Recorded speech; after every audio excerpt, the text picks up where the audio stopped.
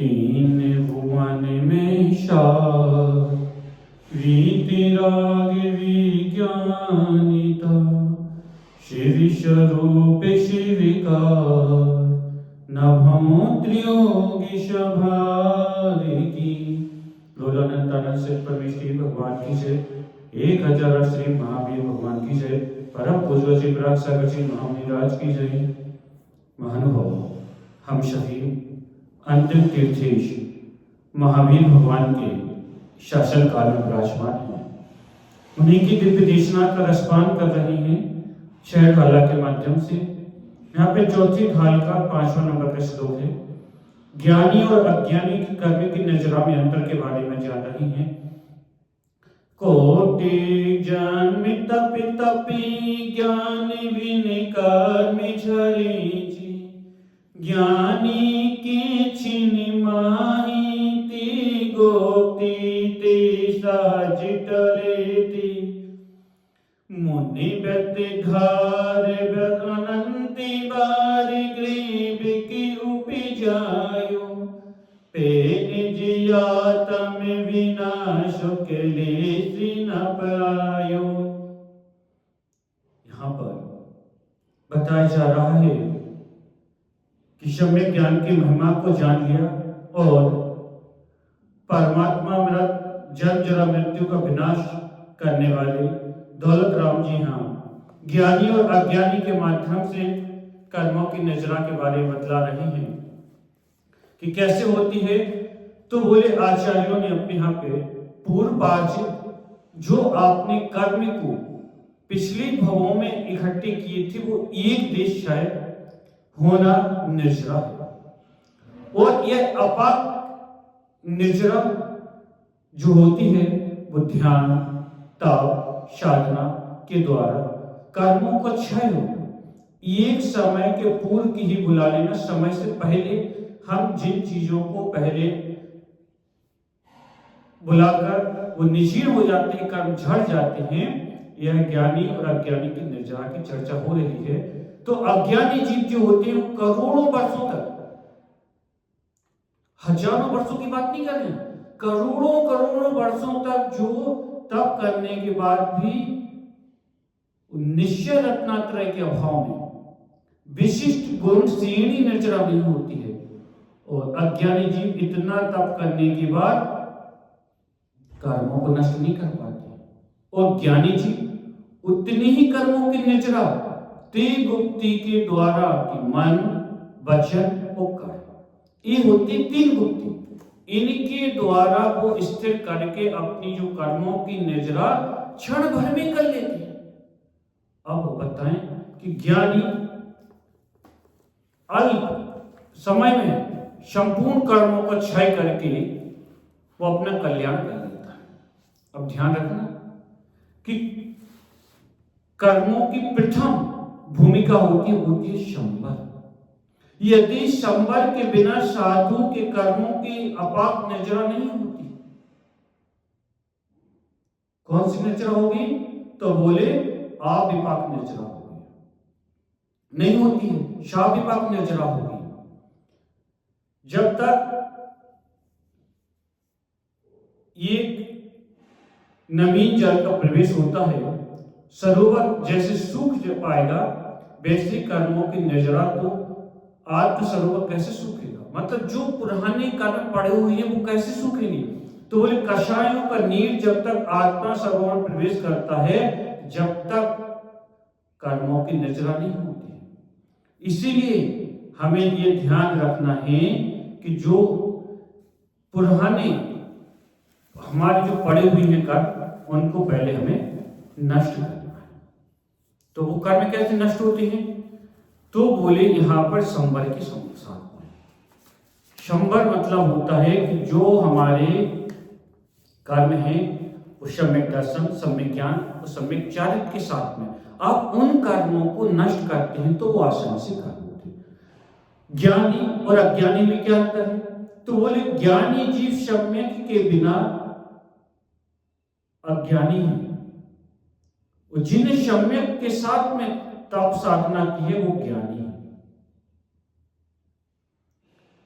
अनंत बार मुनि व्रत को धार के भी गिरवित कह जी, लेकिन उसने उस समय महाव्रतों को धारण किया, निरअतिचार साधना की, व्रतों का पालन किया, लेकिन मिथ्या दृष्टि देवलिंगी था वो, इसलिए अनंतों बार नव गिरवित गया। भावों के साथ सम्यक दृष्टि जीव अनंत बार मुनि नहीं बनता है, अधिक से अधिक 32 बार बनता है। इसलिए कहा जाता है कि अल्प समय में वो सम्यक के साथ मोक्ष चला जाता है। द्रवलिंगी मुनि जन्म के समय जैसा निर्विकार मग्न रूप उसका शरीर होता है, दाढ़ी मूंछ बालों को भी वो केशलोच करता है, हिंसा आदि से रहित प्रतिरोध शरीर में लिंग को बाहर कर धारण करता है, लेकिन अंदर से उसके परिणाम नहीं होते।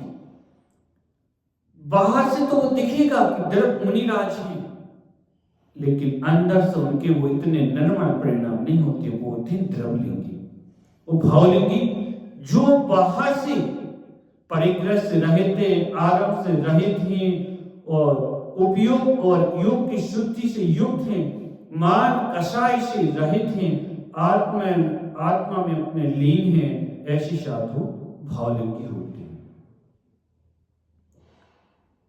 क्या कई बार आप लोग सोचते होंगे कि भावलिंगी के अभाव में, द्रवलिंग के अभाव में क्या भावलिंग को धारण कर सकते हैं? तो कभी नहीं। बाहरी लिंग के होने से भावलिंगी नहीं होते, बाहरी द्रवलिंग के होने पर भावलिंगी होते हैं और नहीं भी होता है। इसका नियम यह है कि परंतु अभ्यंतर में भावलिंग होने से सर परिग्रह का त्याग बाहरी रूप से आपने द्रवलिंग तो धारण कर लिया, लेकिन बिना द्रवलिंग के भावलिंग को भी नहीं हो सकता।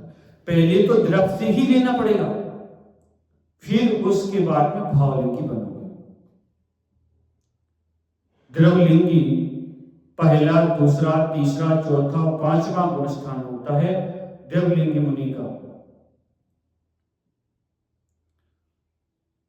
और भावलिंगी मुनियों की पहचान के लिए केवल ज्ञानी का ही विषय है और कोई नहीं जान सकता है। हम इंद्रियों के द्वारा नहीं जान सकते हैं कि जी केवल ये भावलिंगी मुनिराज है या द्रवलिंगी है, क्योंकि भावलिंगी मुनिराज भी अपने यहाँ पे 5 प्रकार के हैं: पुलाव, बकुश, कुशी, निर्ग्रहण और स्नातक। पुलाव भी होते हैं जिन मुनिराजों के उत्तर गुण की भावना भी नहीं होती है, और मूल ग्रहों में भी जो कभी कभी दोष लगा देते हैं, उन मुनिराजों को पुलाव मुनिराज कहते हैं। बकुश मूल गुण तो निर्दोष पालन करते हैं, किंतु जिन्हें अपने शरीर और पीछे बगैर से उपकरणों से मोह होता है, वो होते हैं बकुश मुनिराज। कुशील मुनिराज 2 प्रकार के हैं, एक प्रतिसेवना कुशील और एक कषाय कुशील। प्रतिसेवना कुशील जिनके मूल गुण और उत्तर गुण दोनों पूर्ण होते हुए किंतु फिर भी कभी कभी उत्तर गुणों में दोष लग जाते हैं। कषाय कुशील जिन्होंने अन्य कषायों के उदय को तो वश में कर लिया है, किंतु संचलन कषाय को वश में नहीं किया है, वो होते हैं कषाय कुशील मुनि। निर्ग्रहण जिनका मोह कर्म शांत हो गया, मोह मतलब मोह जो था वो शांत हो गया, मतलब बैठ गया है। जैसे एक गिलास में आपने पानी लिया और इस गिलास में कुछ गंदा सा, तो वो नीचे बैठ गया। तो जैसे ही मोह जो शांत था बैठ गया है, 11वें गुण स्थान वृत्ति जिनका मोह कर्मशील हो गया है, ऐसे 12वें गुण स्थान वृत्ति निर्ग्रंथ कहलाती है। स्थानक समस्त कर्मों का जिन्होंने क्षय करने वाले केवली भगवान स्थानक कहलाते हैं। ग्रैविक जो होता है स्वर्ग से ऊपर की ओर अनुदिश के नीचे अमेंद्रों का जहां स्थान होता है, वो होता है ग्रेविक।